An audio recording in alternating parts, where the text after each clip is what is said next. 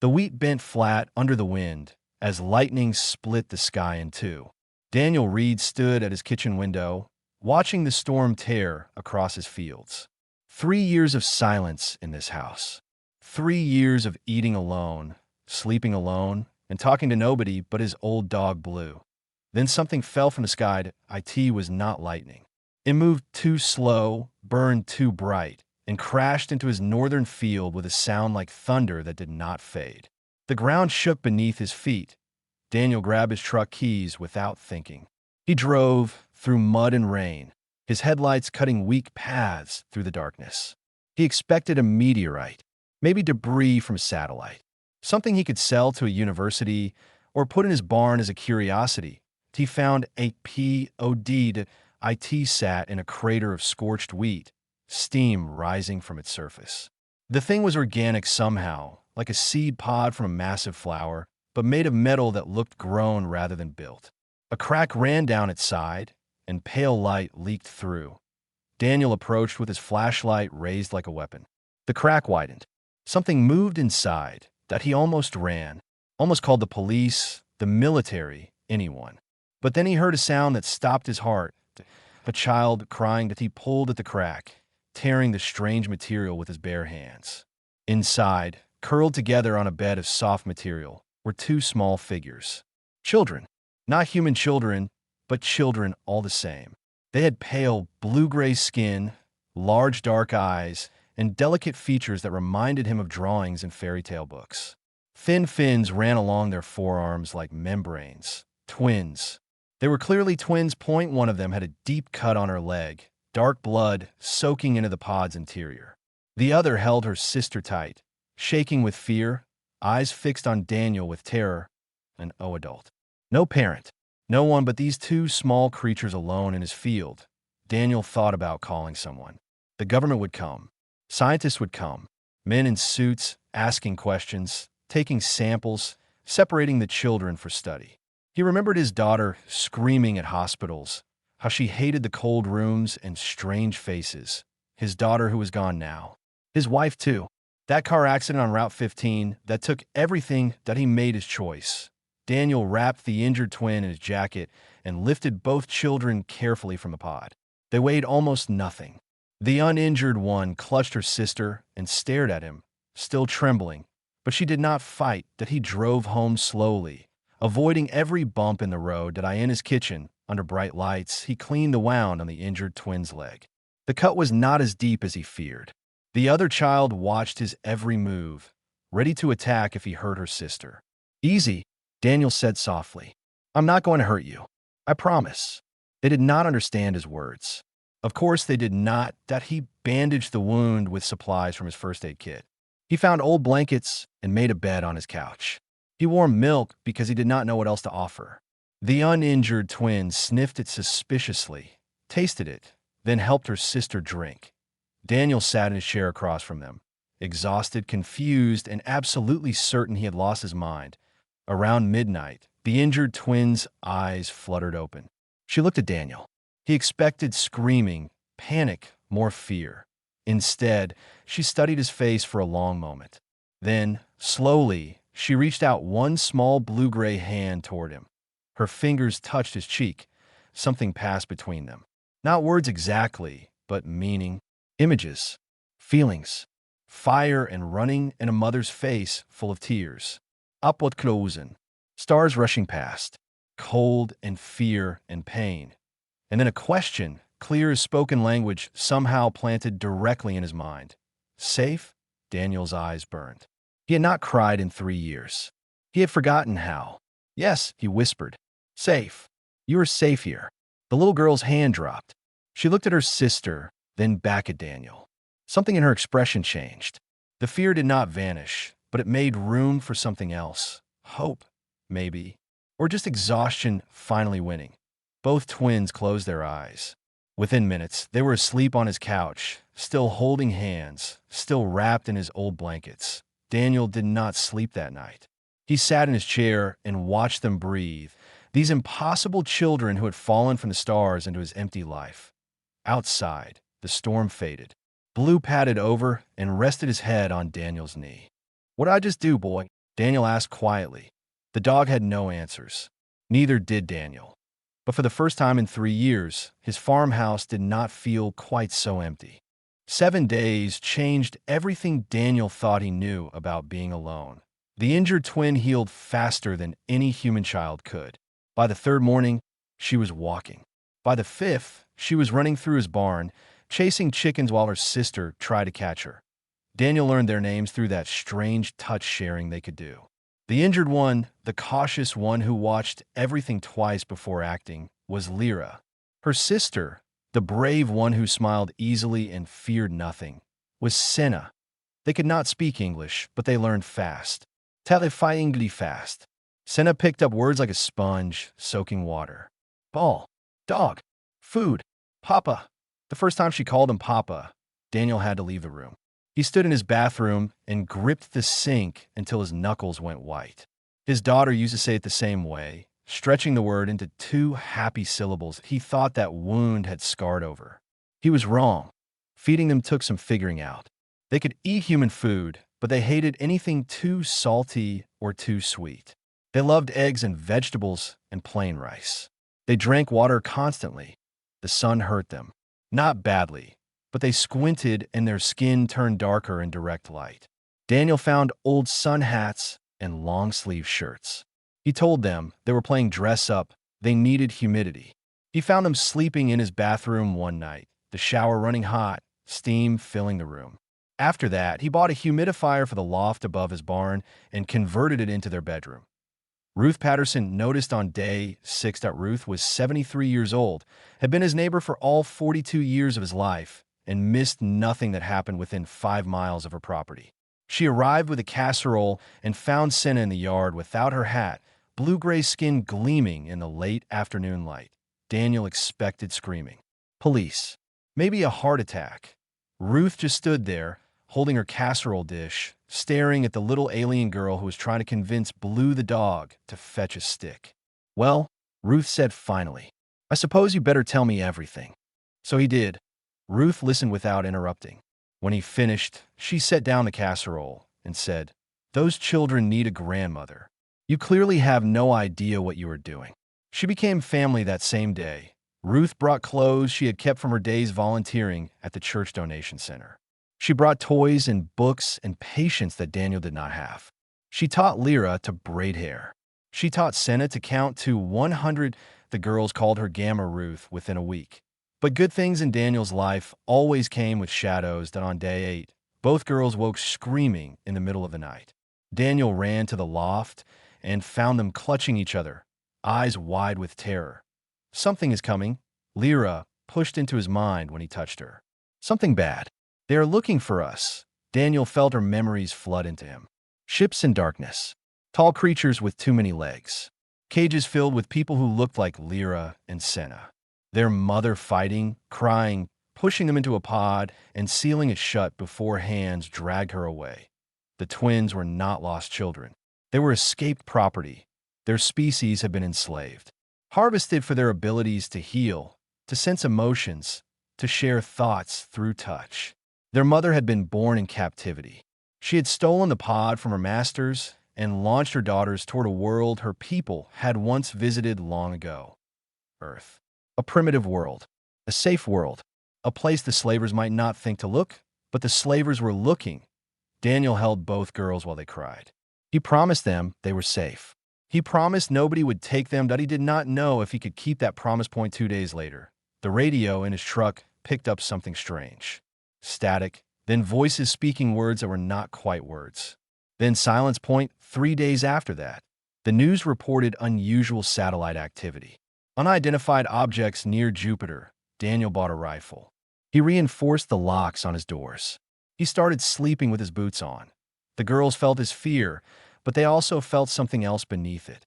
Something that surprised them, that he was not afraid for himself. He was afraid for them, like the teen night, when he carried them to bed. Lyra touched his face, the father who chose. The meaning filled his mind. Not birth father, not assigned parent. Father because he decided to be. Father because he wanted to be. Daniel tucked the blankets around both twins. He kissed their foreheads like he used to kiss his daughter's forehead. Sleep tight, he said. I will be right downstairs. He sat on his porch all night, rifle across his lap, watching the stars. Somewhere up there, something evil was searching. IT would have to go through him first. 1 month after the crash, Daniel's farm felt more alive than it had in years. Lyra had claimed the old rocking chair on the porch as a reading spot. She worked through children's books at an impossible pace, her English improving every day. Senna had adopted 3 chickens as personal pets and given them names that sounded like music in her native language. Blue followed the twins everywhere. The old dog had been slow and tired for years, but now he played like a puppy again. Daniel caught Lyra touching Blue's hip one morning, her hands glowing faintly. The limp Blue had carried for 2 years vanished by afternoon. The girls could heal things. Plants, animals, small wounds. They could also move small objects without touching them. Daniel watched Senna float a feather across the barn, laughing when it landed on her sister's head. Most importantly, they could feel emotions. They always knew when Daniel was sad, even when he smiled.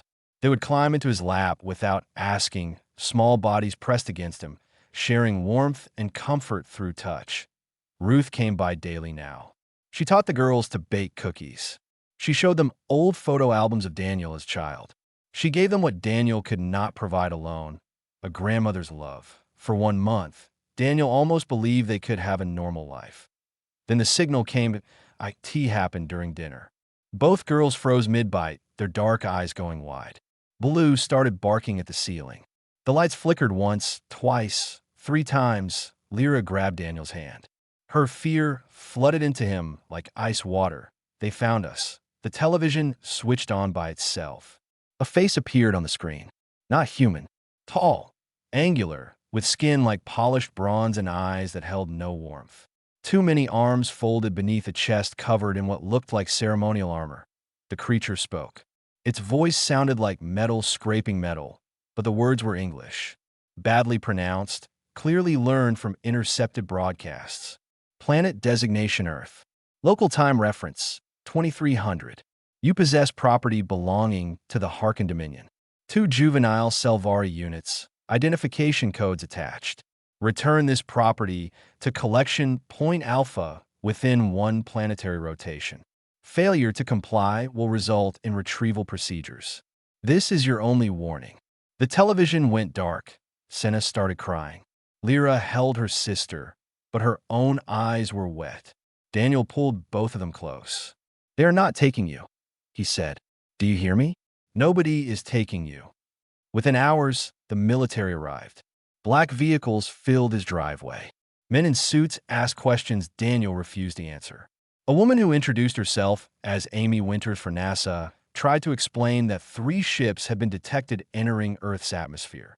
Not warships, she said. Collection vessels. The Harkin Dominion did not conquer worlds. They simply took what they wanted and left. To them, species like Lyra and Senna's people were livestock. Useful, valuable, owned by a government official explained the situation clearly. Earth could not fight 3 alien vessels. The global military had discussed options. Some voices suggested negotiation. Some suggested surrender of the property in question. Daniel stood up from his kitchen table. He was not a tall man, not a strong man, not a soldier or a hero. He was a farmer who had lost everything once and refused to lose everything again. Get out of my house, he said quietly. The officials started to protest. Get out of my house, Daniel repeated. Those girls are my daughters. Not property, not units. Daughters. And nobody is taking them anywhere. The officials left, but Amy Winters stayed behind. They will come back, she said. The government, the Harkin, all of them. You cannot fight this alone. Watch me. Amy looked at him for a long moment. Then she nodded slowly. I have a daughter too, she said. I will see what I can do. That night, Daniel's brother Peter arrived unannounced. Peter had not spoken to Daniel since their parents' funeral 5 years ago. Bad blood, old arguments, words neither could take back. Peter stood in the doorway with a military duffel bag over his shoulder. Heard you might need some help, Peter said. Daniel stared at his brother. How did you hear anything? I still have contacts. Military intelligence is going crazy right now. Peter looked past Daniel to where two small blue-gray faces peeked around the corner. Those your girls? Daniel nodded. Peter knelt down. He had the same eyes as Daniel, the same tired face. Hey there, Peter said gently. I am your Uncle Pete. I hear some bad people are trying to cause trouble. Want to help me stop them? Send a step forward first, brave as always. She studied Peter's face, then reached out and touched his hand. After a moment, she looked back at Daniel and smiled. Good heart, she said into Daniel's mind. Sad but good. Like Papa. Daniel felt tears threatening again. He blinked them back. Come inside, he told his brother. We have a lot to talk about. The next morning, 3 Harken ships descended through the clouds above Montana. The collection had begun. The Harken ships hung above the town like metal insects waiting to feed. Daniel watched them from his porch, Lyra and Senna hiding inside with Ruth and Peter. The ships made no sound. They simply floated there, patient and terrible. Military vehicles blocked every road leading to the farm. Soldiers set up positions they knew would be useless. Amy Winters stood with a group of officials, all of them arguing about protocol and procedure while the enemy waited overhead that a beam of light descended from the largest ship. 3 figures materialized in Daniel's wheat field. Harken. They stood nearly 8 feet tall, their bronze skin gleaming in the morning sun. Too many arms. Too many joints. Eyes like black glass that reflected nothing. They wore armor that seemed grown rather than made. The lead Harken walked toward the gathered humans with the casual confidence of someone who had never been challenged. We require the property, it said. The voice was still metal on metal, but clearer now, better practiced. Produce the Selvari units. You will not be harmed. Earth will not be harmed. We take only what is ours. A general stepped forward. He tried to negotiate. He offered alternatives, compromises, anything to avoid conflict. The Harken listened politely, then spoke a single word. No. Daniel pushed through the crowd of soldiers. Men tried to stop him. He shoved them aside. Wait, he said. The lead Harken turned those black glass eyes toward him. You are the caretaker, it said. The one who took the units from the recovery pod. You have caused significant inconvenience. They are not units. They are children. They are property. Registered, cataloged, owned. Their mother was a breeding unit who damaged Dominion assets during her escape.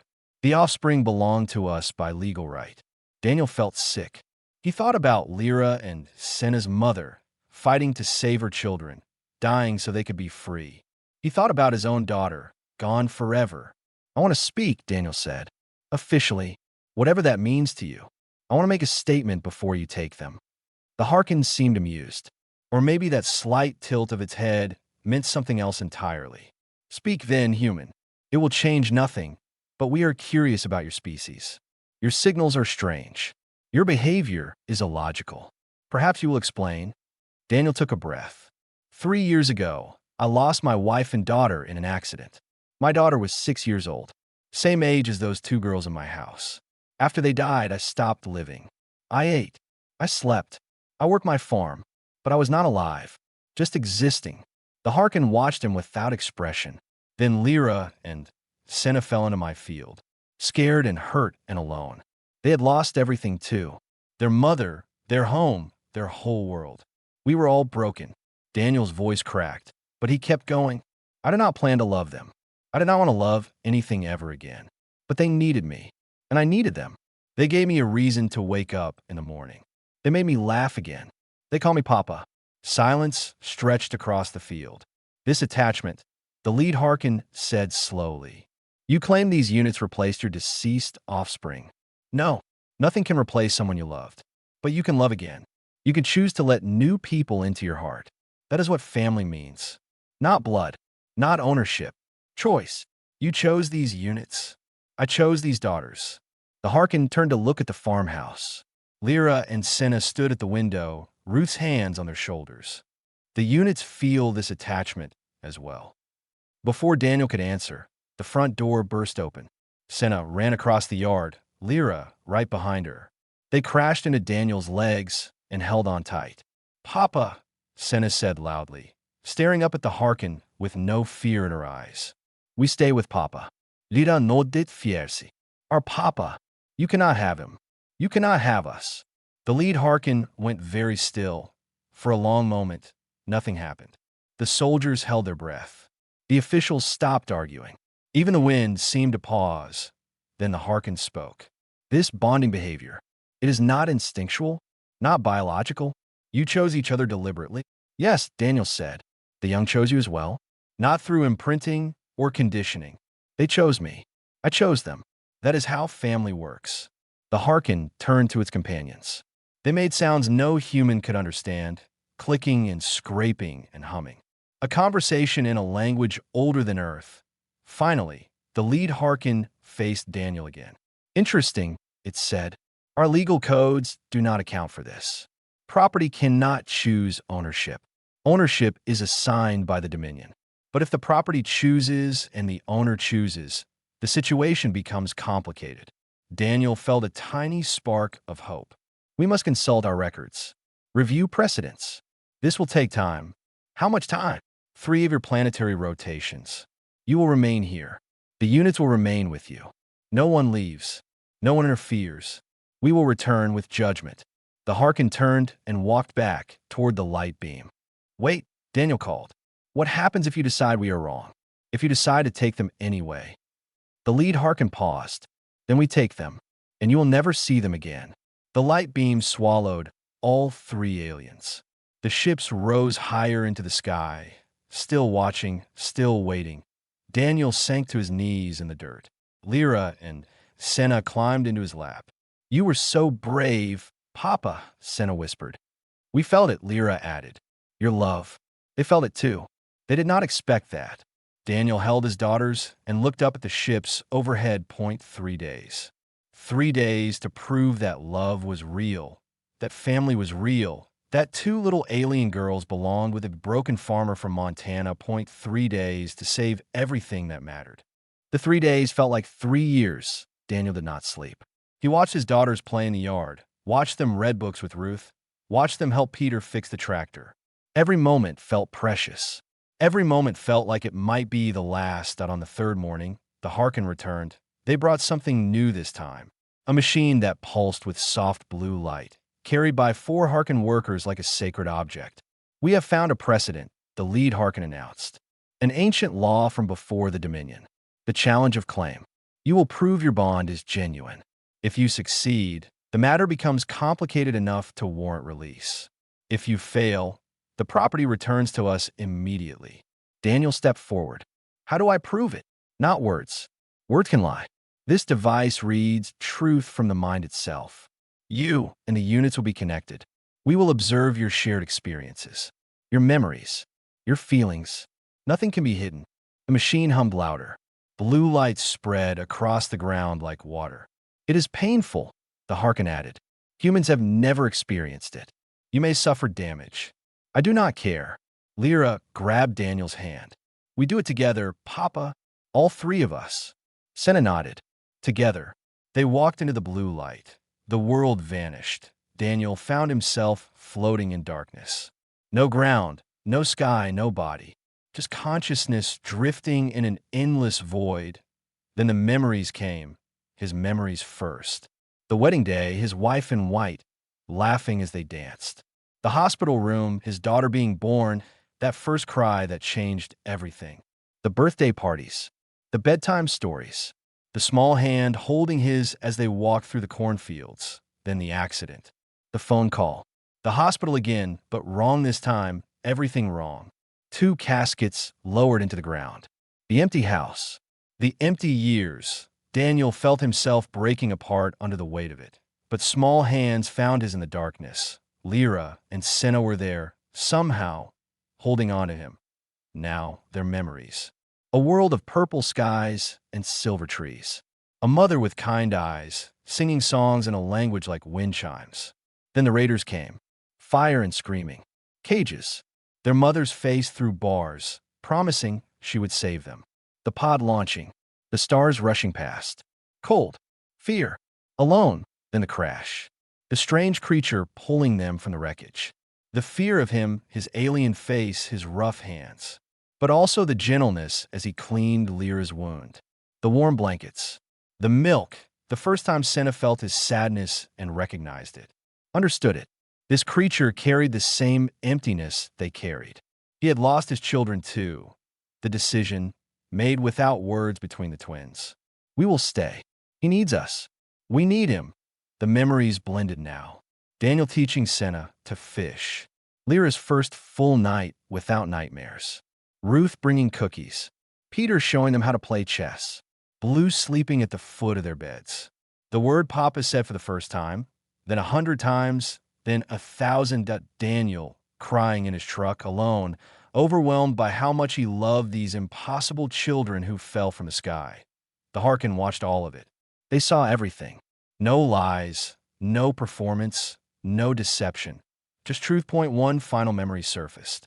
Both girls, late at night, touching Daniel's head while he slept. Their hands glowing softly. Something dark inside his skull, small but growing. They felt it. They healed it. They never told him. They saved his life. He never knew. The blue light faded. Daniel collapsed in the dirt, gasping. Lyra and Senna fell beside him, exhausted but alive. The lead Harkin stood motionless for a long time. The bond is genuine, it said finally. Both directions. The caretaker loves the units. The units love the caretaker. This is not ownership. This is something else. Family, Daniel whispered, still on his knees. It is called family. We have no word for this. We have no law for this. The young choosing the parent choosing the young. Both giving, both receiving, both changed by the connection. Another Harkin stepped forward, this one wearing different markings. Medical symbols, maybe. The units healed the human, it reported. A growth in his brain tissue. Terminal if left untreated. They removed it without his knowledge. They received no benefit from this action. Only risk. The lead Harkin tilted its head. They endangered themselves to help him while he was unaware. Well, they could have let him die and been found by others. Daniel looked at his daughters. He had not known. All those nights they touched his face, he thought they were just being affectionate. They were saving his life, piece by piece. Why? He asked them. Senna's answer was simple. Because you are Papa. Lyra squeezed his hand. We felt your love every day. We wanted you to have more days. As many days as possible. The lead Harkin made a sound that might have been surprise. We must consult further, it said. This data is unprecedented. Return to your dwelling. Guard your property. We will deliver final judgment tomorrow. The aliens vanished in columns of light. Daniel carried both girls inside. Ruth wrapped them in blankets. Peter made hot chocolate that no one drank. What happens now? Amy asked. Daniel held his daughters close. Now we wait. And whatever happens tomorrow, whatever they decide, I want you both to know something. Lyra and Senna looked up at him. I am proud to be your father, and nothing will ever change that. They held him tighter. Outside, the ships waited in the sky. Tomorrow would decide everything. The final morning arrived with clear skies and silence. Daniel sat on his porch with Lyra on one side and Senna on the other. Ruth stood behind them. Peter waited by the door, arms crossed. Amy Winters had stayed through the night, her phone buzzing constantly with messages from government officials demanding updates. The ships descended lower than before. A beam of light touched the ground, and the Harkin emerged. More of them this time. The lead representative, the medical officer, and 3 others wearing elaborate markings that seemed to indicate high rank. A council, maybe. A court. We have reached judgment, the lead Harkin announced. This situation has no precedent in Dominion law. Property cannot form bonds of choice. Property cannot love. Property cannot be family. Daniel's heart sank. However, the Harkin continued. You have demonstrated something our species does not understand. The young chose you. You chose them. Both parties sacrificed for each other. Both parties were changed by the connection. This is not ownership. Our laws do not cover this. One of the council members stepped forward. We cannot release the units. Doing so would create dangerous precedent. Every piece of property in the Dominion would claim family bonds to escape service. Daniel started to protest, but the council member raised a hand. We cannot release them, but we can transfer them.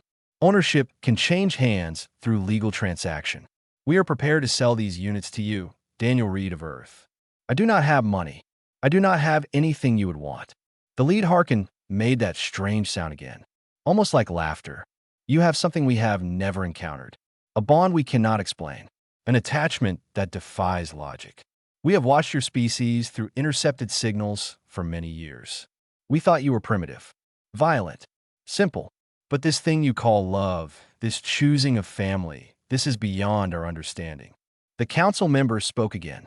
The price for these units will be one genuine human bond. Witnessed, verified, recorded for study. You have already paid this price through the challenge of claim. The transaction is complete. Daniel could not breathe. The units are yours. Legally. Permanently. No Harkin vessel will ever challenge your claim. Lyra and Senna threw themselves at Daniel, nearly knocking him off the porch. Ruth started crying. Peter put a hand on his brother's shoulder. There is more, the lead Harkin said. We wish to understand this bonding behavior. We propose an exchange with your species. We will share knowledge and technology.